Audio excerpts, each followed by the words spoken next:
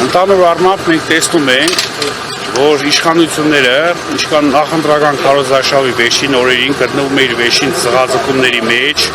այսինքն ըստ էության քննչական գործողություններ են անում, փորձում են շոուներ սարքել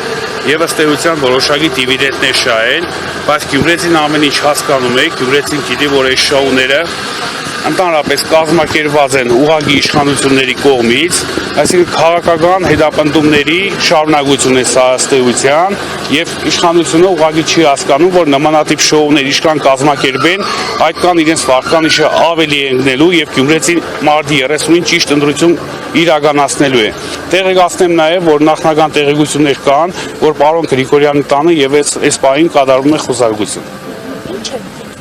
Ես չեմ կարող ասել, որևիցե պաշտոնական տեղեկություն չեն հաղորդել, ըստ էության փակ է գրասենյակը, ես ներկայացրել եմ որպես լիազորանց, որպես ավագան ու գործող անդամ, նաև որպես թեկնածու եւ որևիցե պաշտոնական մեկնաբանություն այս պահին չկա, որևիցե տեղեկություններ չեմ կարող հաղորդել։ Քաղաքական հետապնդում է։ Միանշանակ քաղաքական հետապնդում է,